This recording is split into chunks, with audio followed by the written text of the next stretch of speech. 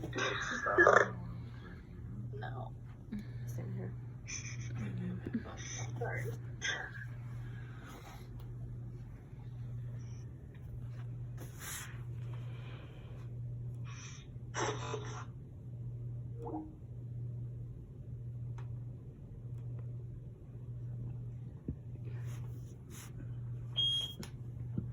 Hello everybody. Today I'm going to be talking about animal testing and cosmetics. I want you to imagine your pet or any other animal that you have seen or know being mistreated or hurt in any other capacity for research that only benefits us. It's sad to think about, I know, and unfortunately it's the terrible truth behind the products we use every day, like shampoo and makeup, whatever, deodorant. And according to the Humane Society, 500,000 animals are tortured and killed every year due to cosmetic testing. Fortunately though, there are cruelty-free products sold in your favorite stores like Walmart, Target, Ulta, like anywhere, and they're not always expensive. When I'm finished here today, you will go from buying just any product to looking at the label to make sure it is cruelty-free after hearing about the horrific things done to animals in the lab, the efforts made to ban these inhumane acts, and the doable alternatives. First, I'm going to start with some brutal truth. It can be a very sensitive topic. According to the Humane Society, cosmetic animal tests are archaic chemical poisoning experiments devised more than half a century ago, such as rodent lethal dose test, which was in the 1920s, rabbit eye and skin irritation test, which was in the 1940s, and guinea pig skin allergy test, which was in the 1950s.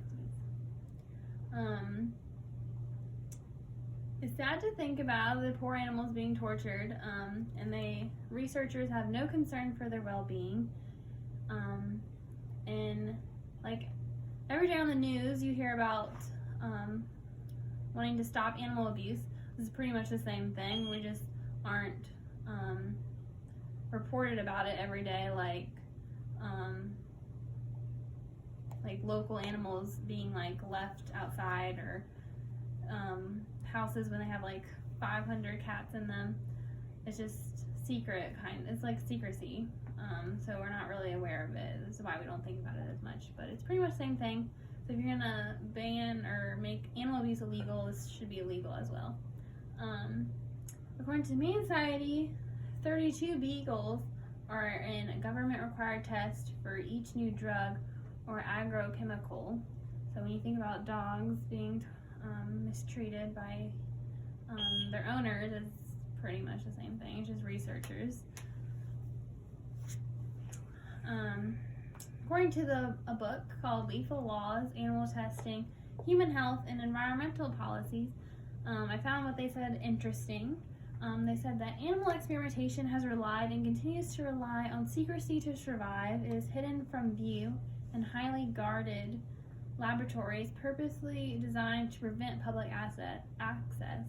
The secrecy surrounding animal testing makes it difficult for the public to scrutinize the research. So, like I said before, we're not really aware of it because we don't see it. So it doesn't really pop into our minds. Therefore, we just kind of put it to the back of our head. Another fact from the Humane Society is that some tests use thousands of animals at a time, while others are repeated 2 or even 3 times using different animal species or routes of administration. Some examples would be oral force feeding, forced inhalation, or skin.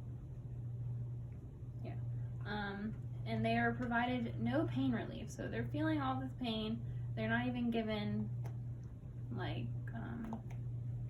relief whatsoever. So just imagine yourself going through that and see how you feel. And what's even worse about it is that our tax money that comes out of our paychecks fund this research.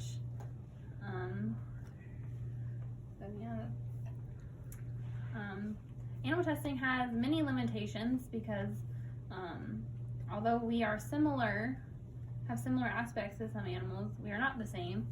So according to PETA, many tests that work on animals actually fail in humans. So what really is the point of testing on animals when it doesn't even work? The accuracy isn't that high. Currently, there are many organizations, including the Humane Society and PETA, that are hard at work to ban animal testing. According to the Humane Society, it takes 100% agreement between countries to eliminate just a single animal test, which is kind of outrageous. Another thing is the Humane Society is working to ban cosmetic animal testing in the world's largest and most influential beauty markets. So buying cruelty-free can help this mission by putting a strain on those other beauty companies that have not yet made the switch.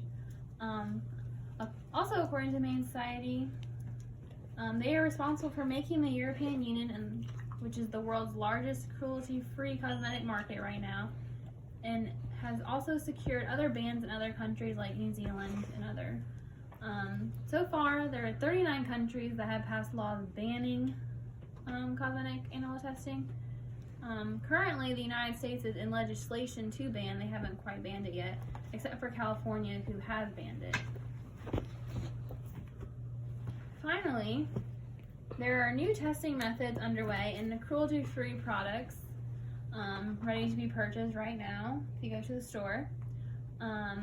Some companies that are well known include CoverGirl, Burt's Bees, Hello Products, which is like toothpastes and stuff, Lush, Paul Mitchell, which is like shampoo, and many more. Usually they'll have just like a logo or a band on it, symbol that tells you if it's cruelty-free. And they're inexpensive, so you're not going to break the bank by buying cruelty-free instead of the other brands. Other testing methods that are underway are one's called in vitro skin irritation testing, which is created by reconstructing the human epidermis skin. And there's more information about it in the book called Alternatives to Human Animal Testing by Seidel and Spielman.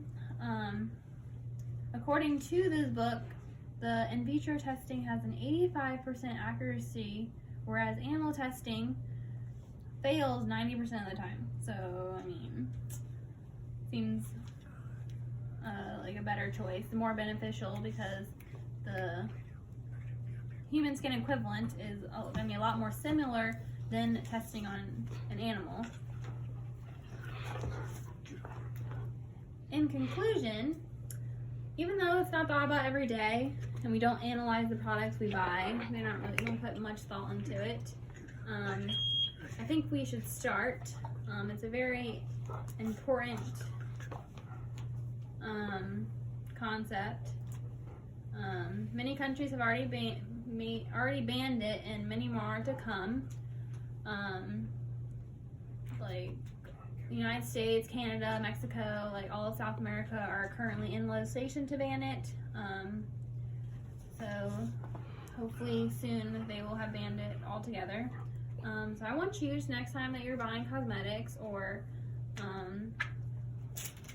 really anything, to look at the label and see if it's cruelty-free approved.